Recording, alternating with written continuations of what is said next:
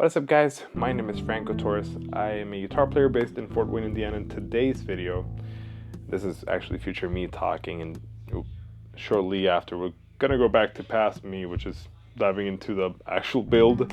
Yeah, this is just my channel. I do guitar videos and reviews and demos and some teaching every now and then. And today we're building a board, and it's a bass board primarily, but I do want to use it as an acoustic guitar and maybe even as a secondary, or like as a kind of like fly rig type thing for my electric guitar, because in reality you can do pretty much anything with all of these pedals. And this is how it'll turn out, but now I'm gonna cut back into past Franco so that he can go over the build process, I guess, and let's go back to past me. Okay, so today is a little bit of a different video, different angle. You know what that means. Today, and I've got a big mess over here on my desk actually, but today we're gonna be doing something super fun, which is build a pedal board. And I think you can hear my dog playing outside of the room, but I've got this little pedal train nano that I was using for kind of a little bit of an acoustic slash electric guitar mini board. I used it out on a gig a couple weeks ago on a little festival over here in South Bend, and I've got a couple things coming up where I've got to kind of like have something that can work with a little bit of everything from acoustic, guitar to electric guitar, and maybe possibly some bass as well. So I thought, why not, build a board, a purpose-built board that I can kind of like work around and kind of like be able to swap with some other pedals. And I've got some other stuff that I'm going to be like showing in terms of like what I'm going to be using and how. Particularly right now, I just wanted to really, and you can hear my dog back in the background, I really just wanted to build kind of like a bass board primarily right now. But it's something that I'm sure I'll be able to use with acoustic guitars, especially with swapping one or two pedals, which is my main, kind of like point for this board. Let me go actually get some of the other pedals real quick. Okay, there we go. And getting a little multi-tool as well, which I'm gonna have here in my beautiful mess. So these are some of the pedals that I was using on this board. The Fishman AFX. This is kind of like a little preamp slash a EQ pedal, if you can hopefully see it there. Really cool acoustic guitar pedal. Absolutely love it. Even with electric guitar, I've been doing this thing where I put this in front of an ACS, the acoustic simulator pedal, whatever the name of that is with Boss, and I plugged my Strat into that. It actually sounds pretty darn cool. I'll make a video on that later on how to fake an acoustic guitar sound with an electric guitar. The EP booster, which is by far one of my favorite pedals. I absolutely love everything by Exotic. Got the RC booster, got the BB preamp, which is one of my favorite, if not my favorite overdrive pedal of all times. It's the one pedal that's always kind of like stayed in, I would say 99%, well, that's a lie, 100% of the iterations of my board. And I mean, if you've seen the Quad Cortex, you may be thinking, the BB preamp is not there. Well, it's actually inside the Cortex, because I did capture it, and I mean, they also have captures of that on the actual like Quad Cortex. So a lot of the stuff that I use actually has the BB preamp already built into the thing in the Quad Cortex. So yeah, it's there, just in a different format. But absolutely love that pedal. It's been pretty much in every board I've ever had since 2013 now. Yeah, EP booster, absolutely love it. Echoplex style preamp boost. I use it with the volume all the way down just to clean the signal a little bit, or not clean, but kind of like boost it in a really nice, beautiful way that it does. If you've tried it, you know what it does. Beautiful pedal. This is something that I got a bit ago, and I'm actually really impressed by it, but it's a little bit harder than I thought it would be, so I really have to just sit down and work it. and kind of like learn the ropes. I do have the Tone X Max as well. Pretty interesting pedal overall. Definitely plan on doing kind of like more content regarding it. Can be bus powered. It's got obviously your one input. The output is actually stereo, which is pretty darn crazy, especially for the form factor, right? The fact that it's this big of a pedal, $180, and it does what it does. I think it's definitely a really cool pedal in the market. And then this one I really like, the MXR Duke of Tone. Absolutely killer overdrive, distortion, boost, pretty much a Prince of Tone in a box. But none of that is actually going to the board right now. Those are just kind of like pedals that I would add if I, again, was changing into like the electric and acoustic guitar world around everything else. So there's a couple pedals I bought and a couple things I'm going to be putting on the board, and I've got everything here. This is not an unboxing particularly, but kind of like wanted to share the thought process and just kind of like have this one episode where talk a bit about these. I had this for many years and I actually sold it to get the Quad Cortex, and I thought I am never going to be getting it again, and here we are.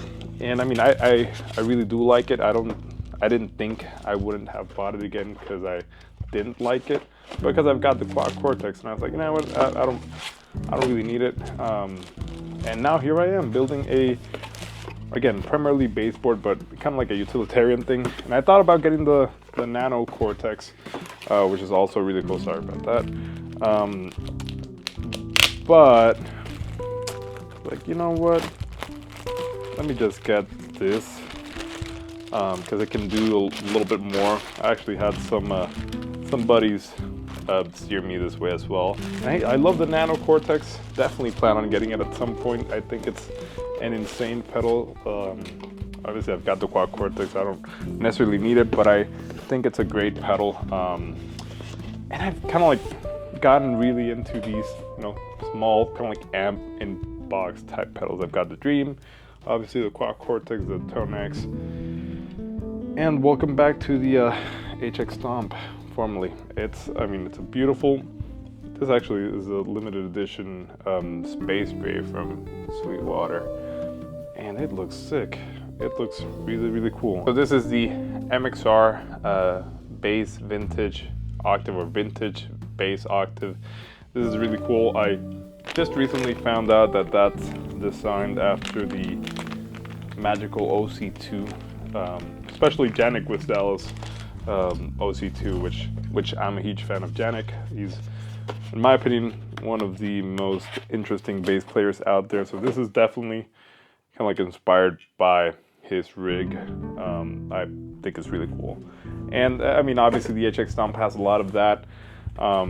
But again, I don't plan necessarily on using it kind of like in the traditional conventional way. So I thought I'd have some extra pedals and, do the thing and just like, match and pair, which in my opinion is what the HX Stomp is for. It's made to be used with other pedals in conjunction. I mean, you can absolutely use it by itself. It is definitely capable of that. But again, in my opinion, it's just, it works better with other pedals, and it works better when you're using it in tandem with something else. This is something that I kind of just, you can hear my dog barking in the background, my wife having a moment. And so this is a little interesting foot switch. Hopefully you can hear my dog. She sounds beautifully hilarious.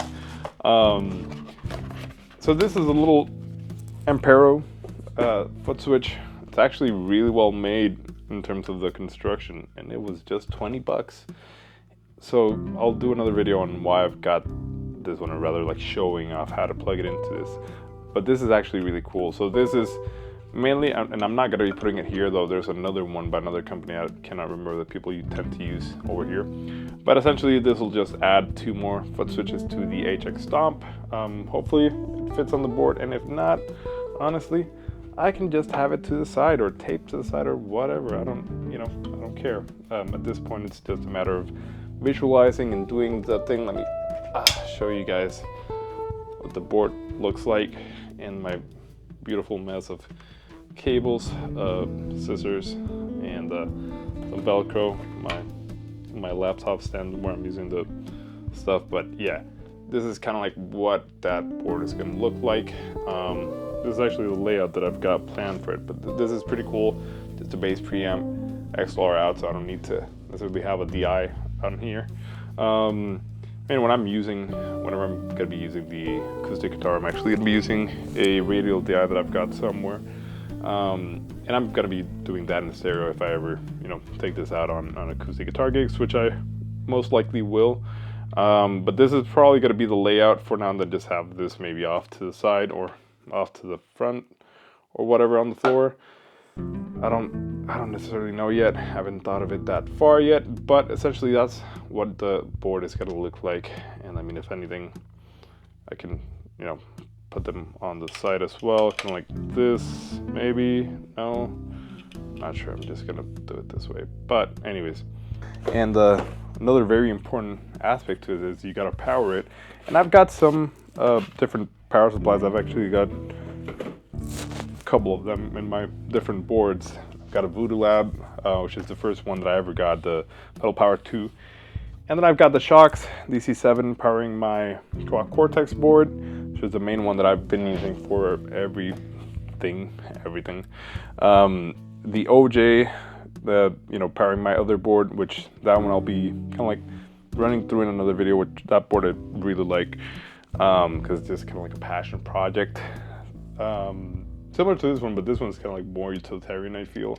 And of course, like I said, right now it's these 4 pedals, but whenever I'm changing and doing something else, I'm gonna go ahead and add something like the EP booster and the Duke of Tone, even though obviously the HX Stomp has sounds like these, but I feel like having the actual pedal outside helps in terms of the signal path and whatnot, and that way you can use more delays, because the DSP is limited on this, which I don't care about that. That's not what I got it for. I've got the Quad Cortex for that kind of stuff. But anyways, I'm gonna be powering this with this little, and this is way smaller than I thought it would be. This is pretty cool. This is the Canvas HP by Walrus Audio. You can actually power the Quad Cortex.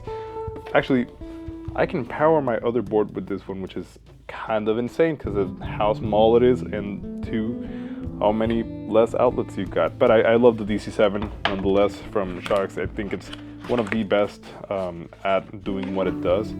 But this one's actually really cool. I'm super excited to get this one added to the board, and it looks super cool. I kind of wish I could have it on top of the board sitting, because it honestly looks really cool. Warning, check your pedal power requirements before using this product. Of course, guys, I love you. Thank you. Okay, look at this little box inside of a box. What's in the box? How do I open this one? So there's some, oh, this is really cool. If you want to mount it like I am, I'm probably going to be using Velcro, honestly. But if you want to mount it, it actually comes with some little brackets to mount it, which is actually, you know what? Props to Walrus Audio. Probably going to put it like this, maybe in the corner. I can have some space. But look at how well that sits. So if anyone's asking out there, you can indeed put the Walrus Audio Canvas power underneath the Pedal Tree Nano, and everything that's small like this one, like it'll fit just extremely well, and it won't, like, you don't actually have to get the little adapting rubber feet from Lowe's. You don't have to do that. So just, I'm gonna be putting this in here. That's pretty cool. So let me just start out by getting some Velcro, and then I'll probably wrap it a different way as well, since I'm not gonna be using the the little brackets right now, but I do actually plan on doing that probably sometime this week. Screw this, I'm gonna be doing it the right way. That's really darn cool. Okay, let me reiterate everything I just said. If you put these on, the actual clamp will mount onto the side of the pedal board. And this is something that I'm gonna put on its own video. This little segment right here is actually gonna double time this is freaking cool. I'm really excited about this because I've gotten many other power supplies. The other ones you need mounting brackets for. Some I do have some for them. Some of them I don't, just because I haven't wanted to, go ahead and buy that. But this is just really, really cool. Let's see how this works. I'm gonna assume, okay. You can hear my dog barking. But anyways, so this is the little bracket that it comes with. And it comes with these little, regular screws that you are going to be mounting onto the actual power supply, and it kind of like shows up like that, right? Like a little hook. And that hook is perfectly built for the pedal train rails. That's props to Walrus Audio for including this. This is something that you can probably sell for $17.99 like the other companies do, but you don't, and I love you for it. Thank you so much for doing that. That's mad respect, man. I love Walrus Audio pedals, and I'm just having a little epiphany moment where I show off my love for them, or express my love for them in a video. But I've got a couple of their pedals. I've got the D1 version 2. I had the version 1. I've got the R1 version 2 as well. Got the Fathom somewhere. No, not the Fathom. I've got the Slava. I had the Fathom for a couple of years, and I also had the what's it called? The ARP 87. And I mean, back then I just sold those two to get the D1 version 1, the Mako, and then I got the version 2 of that recently. So yeah, anyways, this is just how it looks with the little mounting brackets. You can put them off to the side, which this is pretty darn cool. No, it's there. Obviously it's got Velcro, but it's there. Okay, that's looking really, really cool. It's about time I built a board to kind of like just keep. And then again, if I ever need to change some stuff, I can just add, maybe add the Tonex in the loop, and probably that would be a really cool take on the board. But like maybe, put again something like the EP booster at the end or before, or do whatever with this kind of stuff. There's different ways of doing all of this, and being able to implement that is going to be pretty fun. But that's what it's kind of like looking at. Very inspired by bass players and guitar players alike, and just being able to travel with something small that's got everything that I really need. I mean, the pretty much DI/preamp. You don't necessarily need that with something like this, especially now with the latest update that they came out with the kind of like Noble's preamp on here. I mean, I can just go into a DI box. But another cool thing that I can actually do is I can go out stereo, go into a DI box, and then go left, right, and then still have another DI out, which is pretty cool because you can kind of like get away with doing a lot of crazy stuff with it. But I'm super excited to be building something like this. This is a lot of fun. Okay, so I'm kind of done with the board, so let me just show it off real quick. Hopefully you'll be able to see it. All I need is really just a flat TRS cable, and I don't have any, or at least I'm not finding any. Every time that you need a TRS cable, they just tend to disappear. And I've got TRS to split, which is the rarest one to find in my opinion, but I don't have any other flat TRS cables, so I'll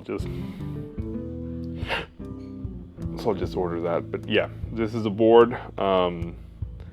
That's the build. I ended up going the Polytune back, and then I put the Dairy one on that other board. Honestly, this was a fun video to make. If you're into this kind of stuff, I probably am not gonna do it all that often, but if you're into gear videos, I make those a lot. And now, as for this kind of video, I usually don't you know, don't build boards in this channel. But yeah, if you're into this kind of stuff, feel free to subscribe, and I will hopefully see you guys in the next one.